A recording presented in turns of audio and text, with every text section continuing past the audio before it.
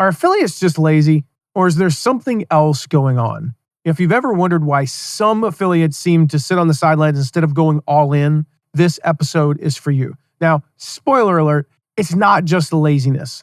And so today, we're going to tackle what really holds affiliates back, and more importantly, how to motivate them to promote more, sell more, and make you more money. So grab a notebook, listen in. This could change everything. Welcome to the Affiliate Guy podcast. If you want to grow your income, serve your tribe, and enjoy all the benefits of affiliate marketing and having your own affiliates, you're in the right place. Thanks for joining me today. Let's get started. All right, so nod your head yes, raise your hand, whatever. If you've ever brought on an affiliate, you have given them everything they need to succeed. You have followed everything I talk about, how to onboard affiliates, welcome them. You followed all the best practices, and then nothing, literally nothing, just radio silence. No clicks, no sales, not even like a polite, hey, I'm working on it. And at some point you thought, are they just lazy? Is that what it is? They're just lazy. Now, I get it. It's frustrating. You put in the time and the effort into recruiting affiliates only to have them literally do nothing. But the truth is, it's not just laziness. In fact, it's almost never the real issue. This isn't a situation where you hire somebody and you're paying them, you're giving them benefits, you're giving them an office, you're giving them the resources, and you're paying them every day. Let's just say $300 a day, $400 a day, and they're not doing the work. That's not the case because affiliates aren't employees.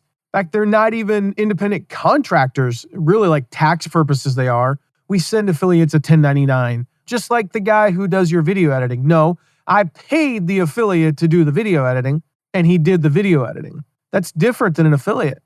These are independent business owners. They are juggling a million different things, and promoting your product isn't always their top priority.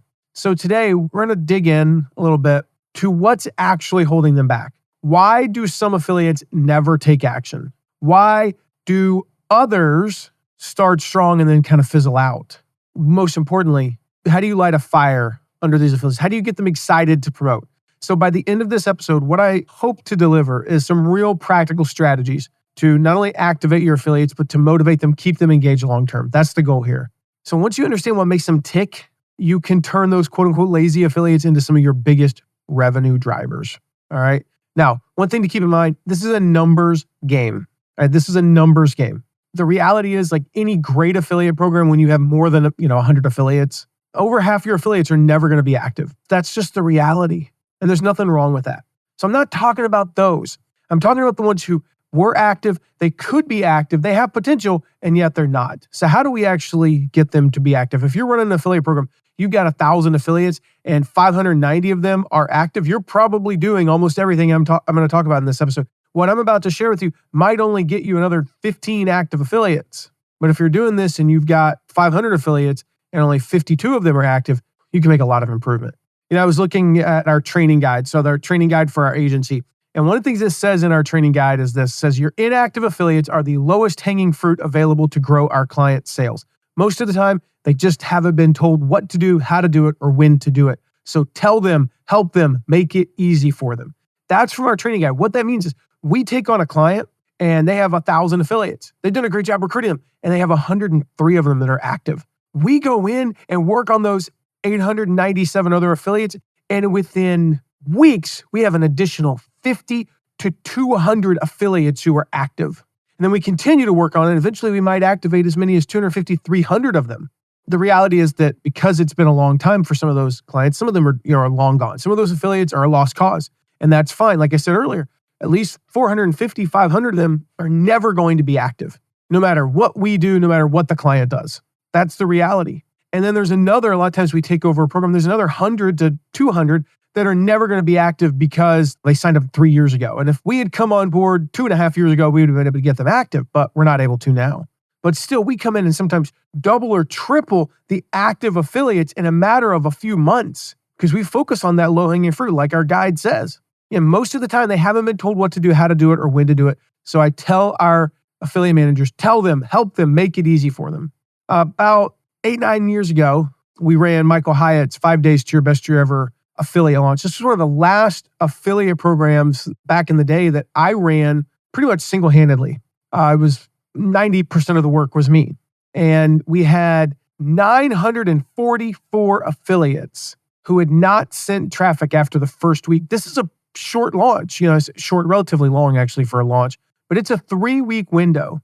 And 1/3 of the way through, we had 944 of them who had not sent any traffic, not a single click. 3 days later, we ran an activation campaign. 3 days later, we had 291 of them were sending traffic. 3 days later, almost a third. If my math is right, 291 into 944 is right at about 30%. We're sending traffic. In total, they produced more than $104,000 in sales. It was a big deal. Spending a little time focusing on those inactives generated over 6 figures in revenue. Now, the truth about lazy affiliates, as I mentioned earlier, affiliates, they're not employees. They're independent business owners. They have their own priorities. So they're waking up today. They're not thinking of your business. They're thinking, oh, I got to send that email to my list. Oh my gosh, I didn't do that new TikTok video series. I've got to record a podcast. I'm supposed to be promoting an affiliate offer. This week, as I'm recording that, I didn't wake up thinking about that. On my list, when I look at my list of things to do, one of them is to record this podcast. The second one is to work on the next podcast. Normally I get far ahead and I'm not right now because of some stuff that's going on, just keeping me busy. So I'm going to record this podcast. And as soon as I get off this, I've got a biz dev call for our business. Then I'm going to work on the next podcast. And then my third thing is I've got to run some reports and study some analytics for a client. And if I get to it, I might just write some new emails for about 2 weeks from now. My plan has nothing to do with this affiliate offer that I'm supposed to be promoting right now. Is it because I'm a bad person? No, it's because I've got other priorities. And so it's important to understand the real reasons why they don't promote. Understanding the reasons is what's going to determine the best approach to take to activate them. So we understand why aren't they promoting. The first reason, they kind of signed up just because, right? If you're on a network, they saw your program like, oh, that look, shiny object, I want to sign up for that. Or you're in a hot industry, right? 7 years ago, it was CBD oil, and so everybody was signing up for those. If it's AI driven right now, everybody's signing up for AI programs. So person A sees person B promoting something and they sign up and then they don't ever do anything. And this happens a lot more than I wish it did, but there's 3 reasons why that happens. Number 1, it's not a good fit for their audience. Number 2, they don't have any idea how to promote it. And then the third reason, they don't have time to promote it. So with this group, the people who just kind of signed up because it was the hot thing or they saw somebody else promoting it, there's nothing you can do. There's nothing you can do to take it from being a bad fit for their audience to making it a good fit for the audience. Now, if you can find a reason why it's not a bad fit, it was never a bad fit in the first place. No, actually, here's how this could work for your audience. That's different. If they have no clue how to promote it, you're probably not going to be able to help them. And if they literally don't have time, well, you can't make time for them, right? Can you? I don't know. I don't think you can. So you just got to kind of remove them and move on, right? The second thing is they end up promoting a competitor. Now, this could be 2 ways. Number 1, they're in that phase where they're looking for something to promote. They sign up with you and 2 other competitors. And so there's 3 that they're kind of choosing from. And they're signing up. Yeah, we all sell our affiliate program on the front end, but no, they want to see how it is in the back end. What are your tools really like? What's your tracking really like? What network are you on? What are you like as an affiliate manager? Are you responsive and things like that? They're testing you out. And then the second thing is they promoted you for a while, but now they're promoting a competitor. The reality is no matter how awesome your product is, how amazing the commissions are, how great your relationship with is, sometimes the grass is or at least seems greener on the other side. That is the nature of affiliate marketing. So when this happens, you need to understand their why. You need to understand, why did they leave? Why did they choose to promote somebody else over you? In other words, what I mean is shut up and listen.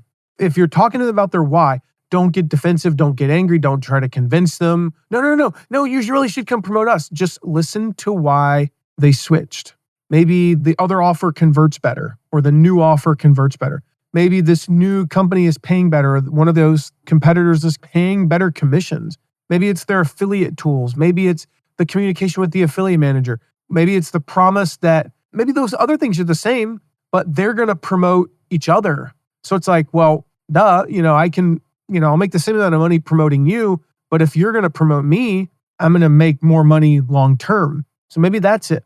So when you're dealing with a situation like this where they're promoting a competitor, like I said, number 1, stay calm, ask why they switched, and listen. Don't say anything. Just listen and say thank you. I guess that is saying something, but give them some time. Follow up in a few weeks to see if there's anything you can do. So if the issue is something like tools, right? They have better copy, they have better training, they have better graphics. This is a sign that you need to fix things. Get them what they need. Get better graphics, get better copy, get better training, get better tracking, whatever it is, get better tech. Give them what they need and then tell them that you listened.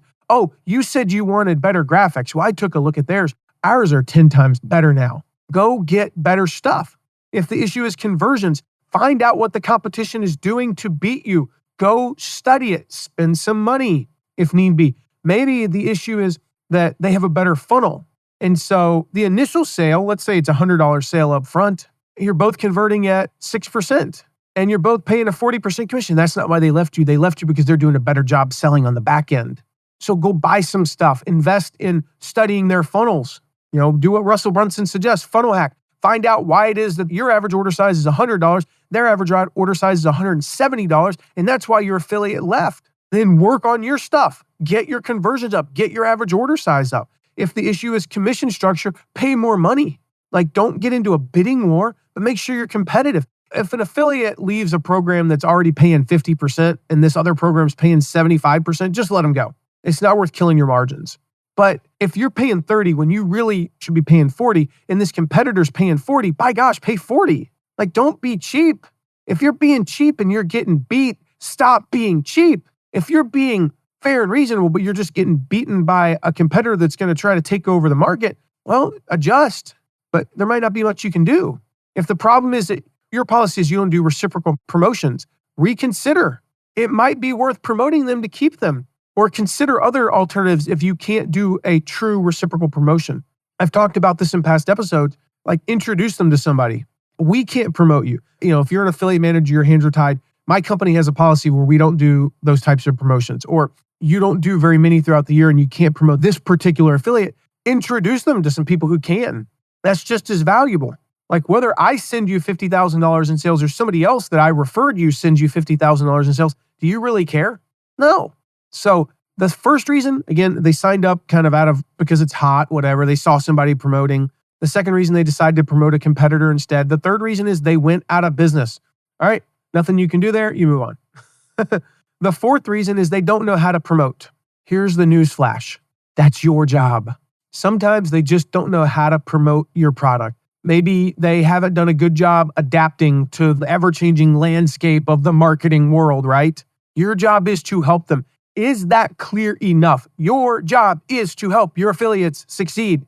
So that means you got to do things. They take time. They take energy. They sometimes take money. They take brain power, like hosting training webinars. Show them how to promote. Doing a monthly call with your affiliates to answer questions and give them ideas. Studying what your affiliates are doing. Recording videos to show them how to promote. Getting on calls with them one-on-one to help them and give them strategy. Tell them to subscribe to my site. Yeah, seriously, that's not a bad idea. Give them information.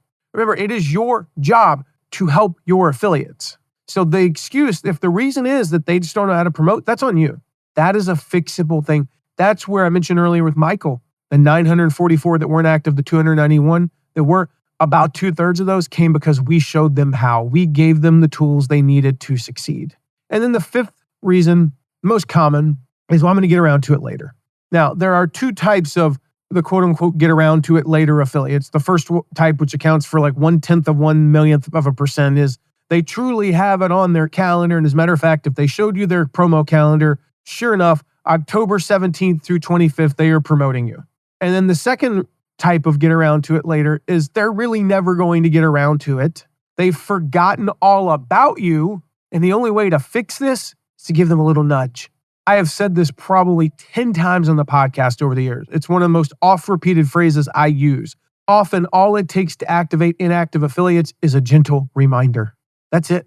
These affiliates are never going to take action unless you give them the nudge they need. And that means sending a specific email that works to get them off their virtual couch and actually start making some sales.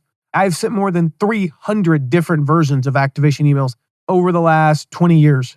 And there are a handful that work. And if you want them, I'll put the link in the show notes, mattmcwilliams.com/activate. They're completely free. I've got a few of my best performing ones. I have cataloged these. I've studied them. I've split tested them. These are the ones that I still use to this day and because they work. So mattmcwilliams.com/activate. You can get all of the different versions there. So why do you need to activate these inactive affiliates? I've talked about this in past episodes. I'm not going to go into a ton of detail. It seems kind of obvious, but I actually know people who don't do it on purpose. They just assume the effort's not worth it. So they believe that affiliates are lazy, that if someone signed up and doesn't promote, it's just because they changed their mind, it's not a good fit, they're lazy, whatever. And most of the time, that's not the case. They got busy. They could be in that first category. They signed up on a whim. Oh, they saw somebody else promoting it, and then they were like, yeah, I want to do that, and they signed up. But here's what happened. They signed up for your affiliate program. They had every intention, but then, and I've had this happen, this is a real thing, 5 minutes later, their wife called. Kid broke his leg at school. Kids got sick. Something happened. Server went down. Our website's down. Oh, crap. One of our employees is sick, but nobody's heard from them in 24 hours. Are they alive? Let's find that out. A client called. A family member needed you. In other words, life got in the way.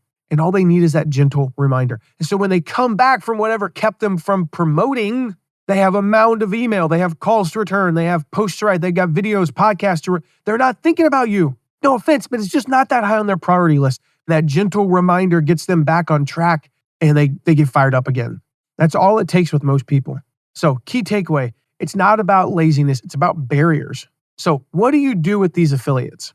Well, first, it depends on what type of program you're running. I mentioned Michael Hyatt's launch earlier for 5 days to your best ever. That was a launch. That was time-bound. So I'm going to talk about that first, but then we need to talk about evergreen programs as well, okay? So the first type of program is when there's a launch.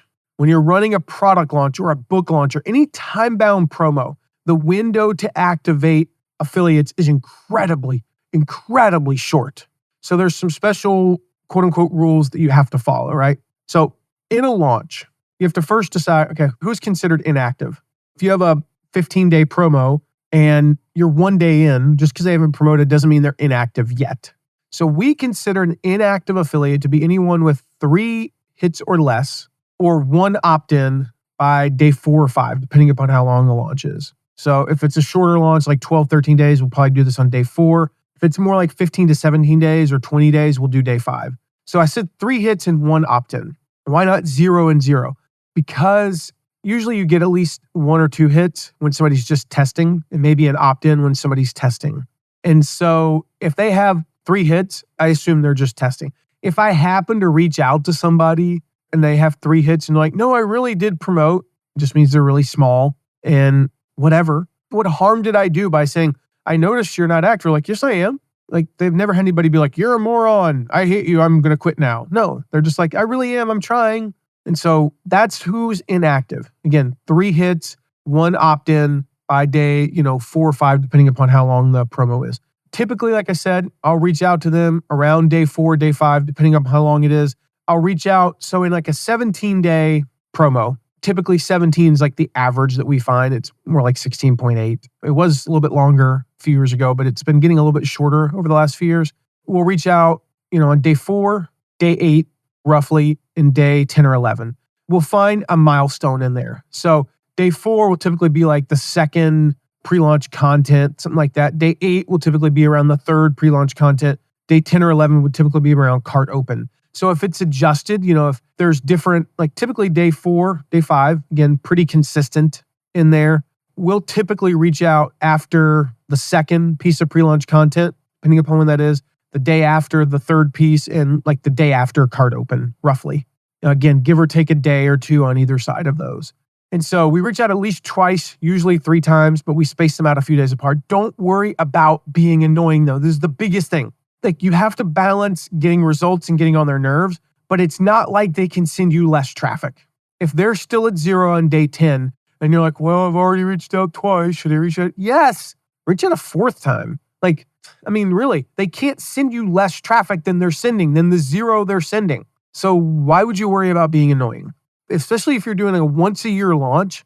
This is your entire one time to get them active this year. So get them active. Now, the second part is if you have an evergreen program, truly the sales are going on 24/7, 365. So back when I ran the Shutterfly affiliate program late 2013, we had more than 15,000 inactive affiliates. 15,000. Now, again, a bunch of them were inactive and had been a part of the program for a long time before I came on board. So we were never going to activate them. We did one push right after I got there that lasted less than a week. And this was middle of the year.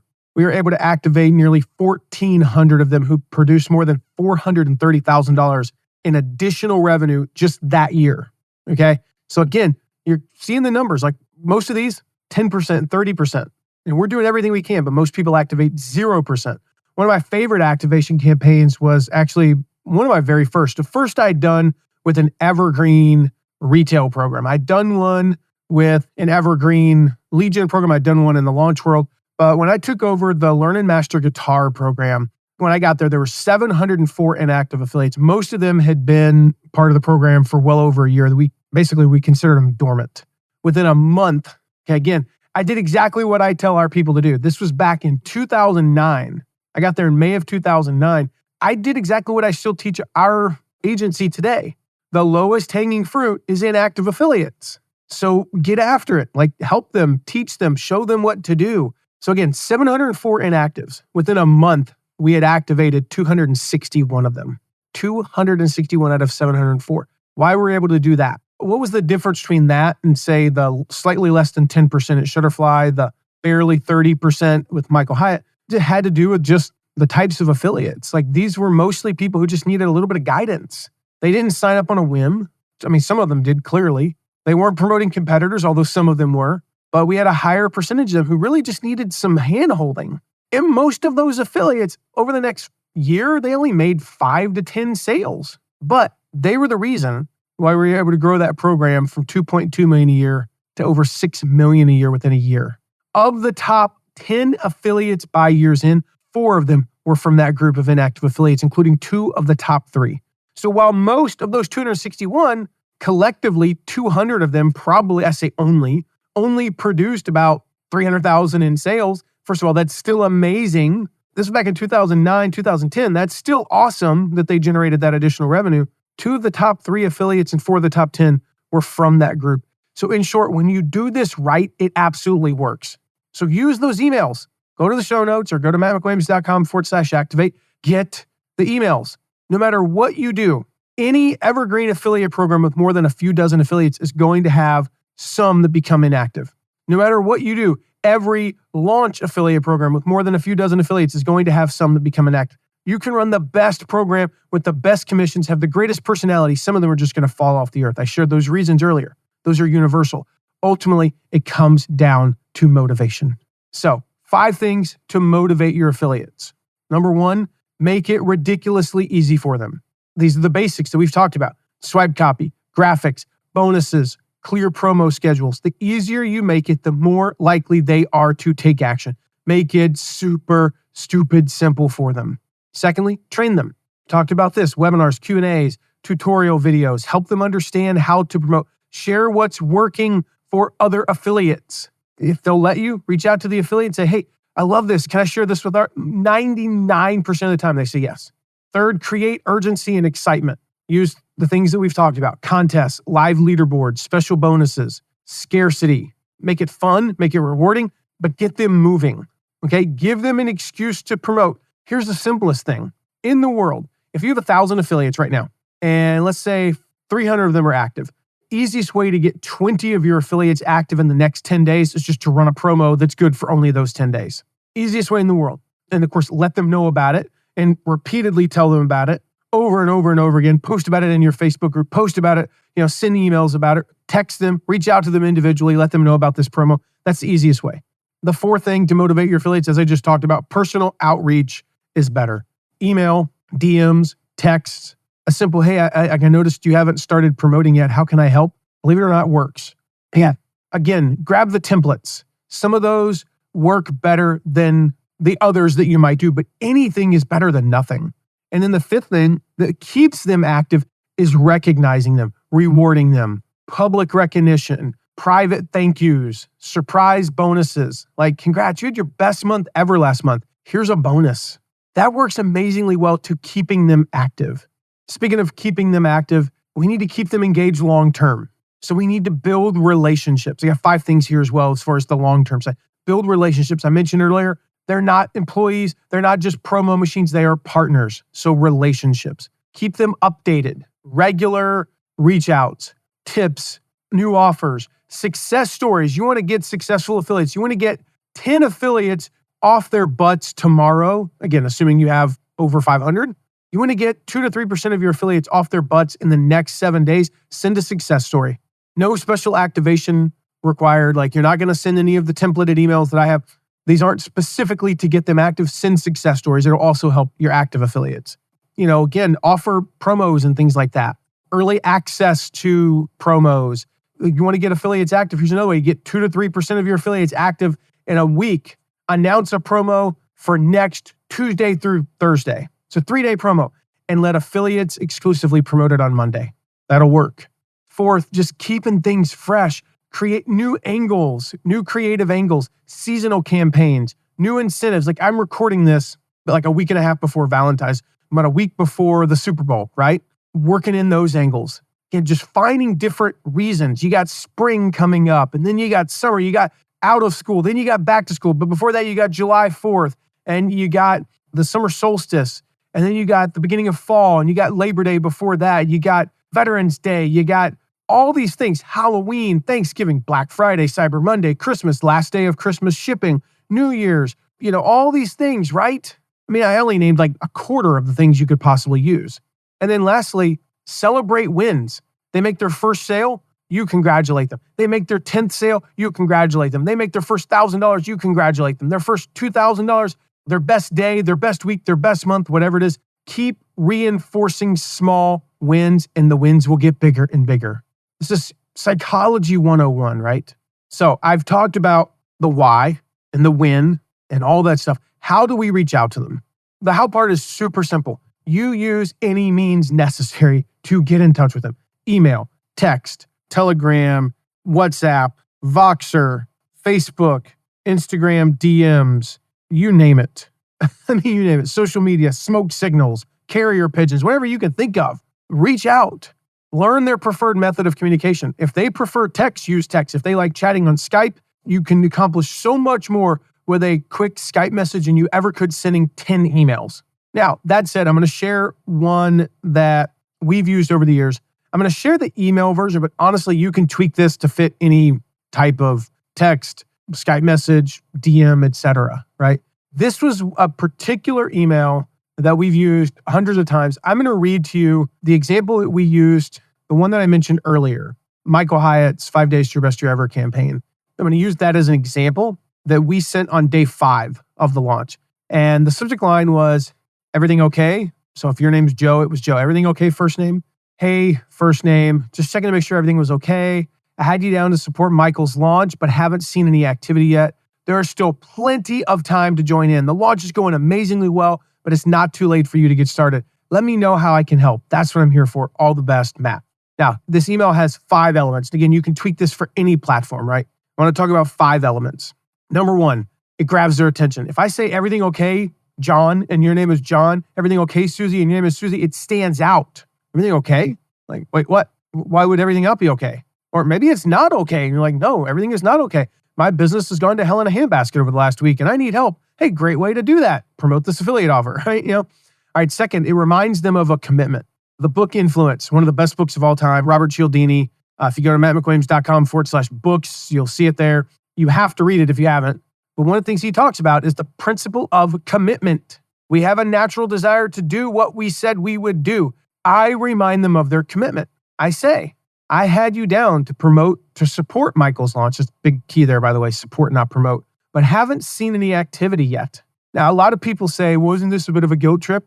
Yep, it absolutely is. But it's also reminding them of something that's going to make them a lot of money, so I don't care. And yeah, it's a little bit of a guilt trip. It reminds them of something they committed to doing. What is wrong with that? The third thing, it encourages them. There's still plenty of time to join. It's not too late for you to get started. Boom, boom, boom, boom, right? Like twice, I say in there's still time. By day 5, some people might think it's too late to join, but I make sure to tell them otherwise. Maybe they joined 3 months ago and it's an evergreen program. I'm never going to get around to it. Yeah, there's still plenty of time. Fourth thing it has is social proof. The launch is going amazingly well, but it's not too late for you to get started. People want to be a part of something that's going well. I want to make sure to point out that things are going great. I want them to be a part of it. And the last thing it says is it offers help, right? Let me know how I can help. That's what I'm here for. And make sure you are clear that you are there to answer questions and hold their hand if needed. This email is one of many that I've used that works. So if you go to mattmcwilliams.com/activate, you can get all the templates completely for free.